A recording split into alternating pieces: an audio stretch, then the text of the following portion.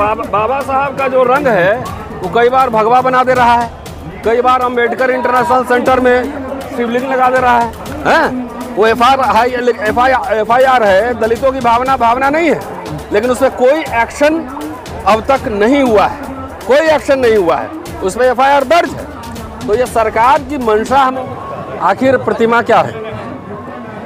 सब लोग तो बाबा साहब की किताब पढ़ेंगे नहीं, तो प्रतिमा और मूर्ति से कम पहचान लेते हैं कि बाबा साहब हैं, और कम से कम वो फिलॉसफी समझ पाते हैं कि बाबा साहब किस चीज़ के लिए संघर्ष किए थे।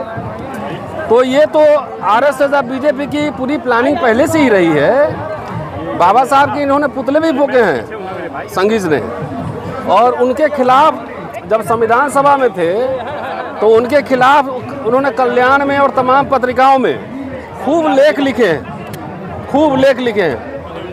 अब मोदी साहब आए हैं तो पहले तो सिंगल लगा दिए, संसद के सामने सर झुकाए थे, और पता लगा कि संसद ही बदल दिए।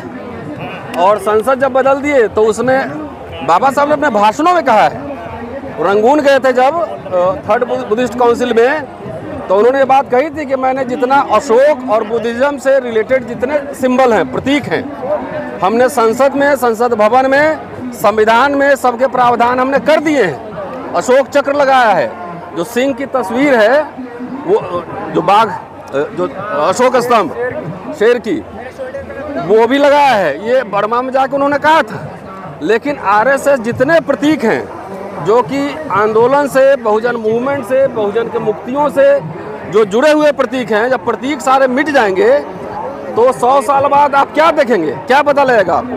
तो एक बड़ी साजिश है कि कई बार हो क्या रहा है कि बाबा साहब का जो रंग है वो कई बार भगवा बना दे रहा है, कई बार अम्बेडकर इंटरनेशनल सेंटर में शिवलिंग लगा दे रहा है?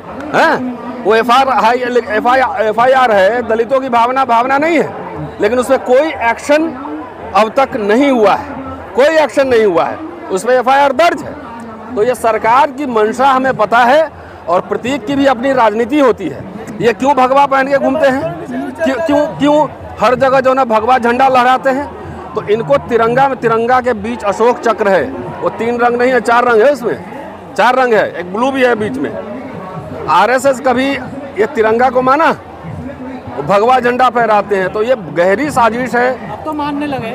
अरे अब तो वोट की ताकत है ना, वोट की ताकत है कि वोट लेना है तो कम से कम बोलेगा जरूर, लेकिन बाबा साहब के विचार पर रत्ती भर नहीं चलेगा। एक स्कूल खोला 10 साल में, बताओ, जवाहर नवोदय विद्यालय जैसे खुले, है ना, हाईली बढ़िया school, good quality education. RSS BJP ने एक स्कूल इंग्लिश मीडियम दलितों के लिए खोले? कहीं। सारे स्कूल बंद हो रहे हैं। तो ये असली लड़ाई, बाबा साहब ने पीपल्स एजुकेशन सोसाइटी बनाया था, उन्होंने कॉलेज खोले थे, सिद्धार्थ कॉलेज, मिलिंद कॉलेज खोले थे, स्कूल चलाया था, हॉस्टल खोले थे। तो हम समाज को ये भी बताना चाहते हैं कि आपके योद्धा जो है ना, शिक्षा से, अंग्रेजी शिक्षा से, अंग्रेजी शिक्षा शेरनी का दूध है, जो अंग्रेजी पढ़ेगा वही हारेगा। तो आपके समाज के साथ गहरी साजिश हो रही है। एक तरफ एजुकेशन बर्बाद है, नौकरी लिमिटेड है, क्लास 3, क्लास 4 के सारे प्राइवेटाइज्ड हो गए, ठेके पे हो गए, कॉन्ट्रैक्चुअल हो गए, कह रहे हैं कि भाई हम सामाजिक न्याय करेंगे।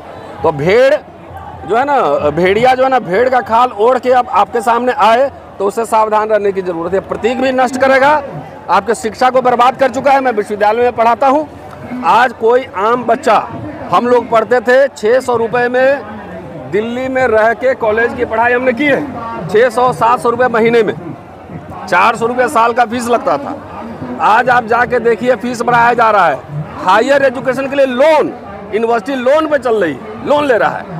एक बच्चा का रहने का खर्च दिल्ली में 15 से 20 हज़ार रुपये है। कोई दलित आदिवासी बच्चा, कितने ऐसे फैमिलीज हैं कि जो अपने बच्चों को दिल्ली विश्वविद्यालय में पढ़ा सकता है?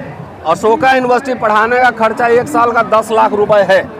कितने दलित आदिवासी पिछड़े हैं जो अपने बच्चों को अशोका यूनिवर्सिटी में पढ़ा सकते हैं? तो असली लड़ाई समझिए, जब तक एजुकेशन नहीं रहेगा, हम तो कह रहे हैं 100% रिजर्वेशन जिसको देना है दे दो। कुछ लोगों को बिजनेस करना चाहिए, व्यवसाय करना चाहिए, हायर एजुकेशन में जाना चाहिए, बढ़िया वकील बनना चाहिए, CA बनना चाहिए।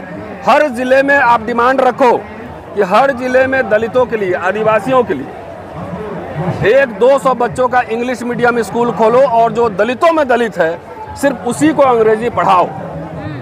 विदेश जाने के लिए 1000 बच्चों को फेलोशिप दो और बिना कंडीशन के दो। क्रीमी लेयर नहीं चलेगा। आज क्या है, एक हाथ से दे रहा है, एक हाथ से ले रहा है। SC ST का जो विदेश का स्कॉलरशिप है 8 लाख रुपया का उसका स्लैब बना हुआ। 8 लाख से ज़्यादा है तो आप एलिजिबल नहीं होंगे। 8 लाख तनख्वाह। एक जो क्लास 4 एम्प्लॉइज़ हैं उसकी भी 8 लाख रुपए है। एक क्लर्क है उसका 8 लाख से ज़्यादा है।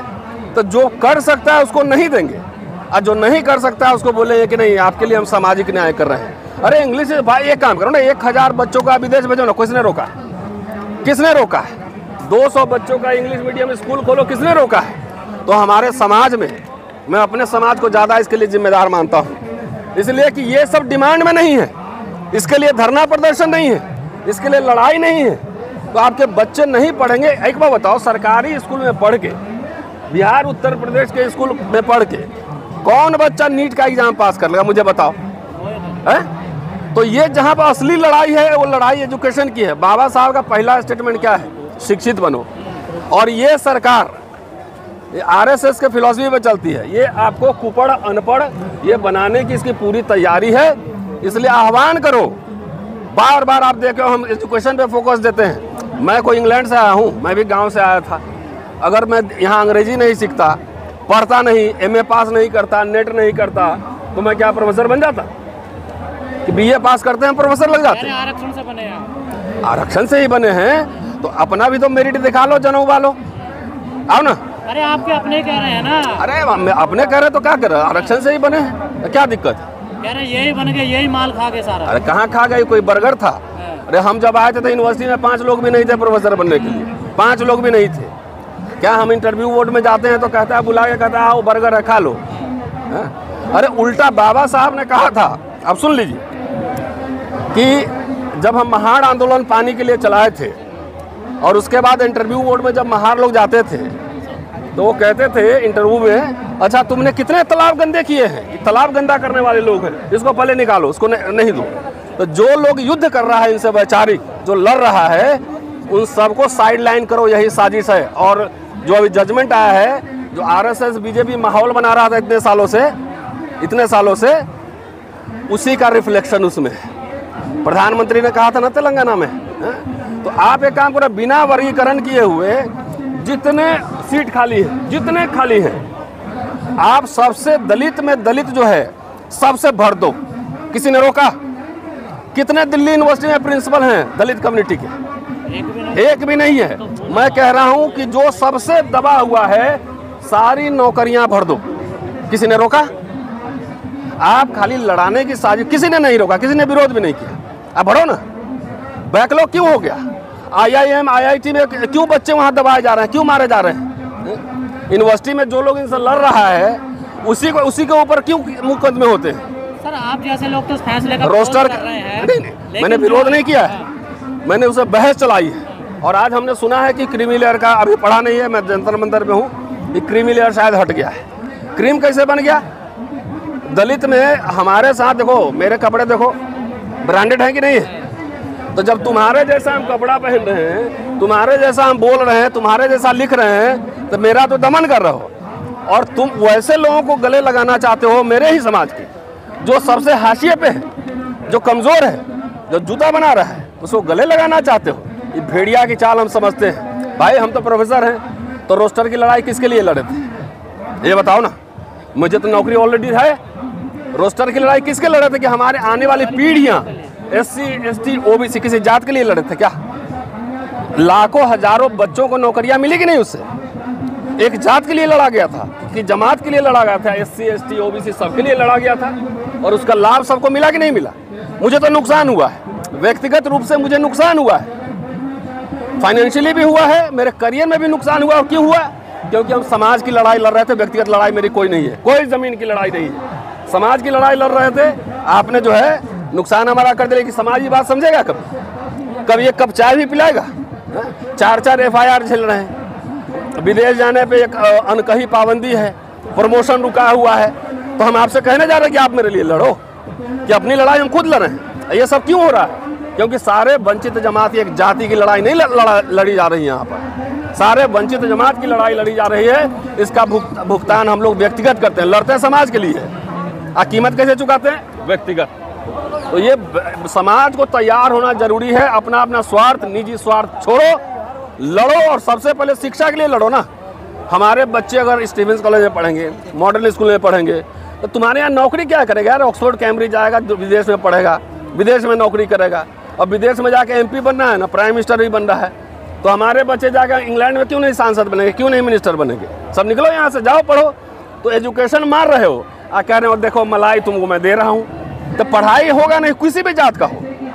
एक स्कूल बीजेपी सरकार ने खोला होगा दलितों के लिए, ट्राइबल्स के लिए। एक स्कूल बताओ मुझे। स्कूल कॉलेज सब बर्बाद हो रहे हैं। अयोध्या में खुला तो है। हाँ, जाके वहाँ पे जो है ना, जो क्रीमी लेयर दलित है, जो रिटायर करेगा ना, तो वहाँ पे जाएगा तो उसको बोले जनेऊ दिया जाएगा, उसको अंग वस्त्र दिया जाएगा, उसको मुख्य पुजारी बनाया जाएगा। जो दलित क्रीमी लेयर हो गया ना, मुख्य पुजारी बनेगा। शुक्रिया, थैंक यू।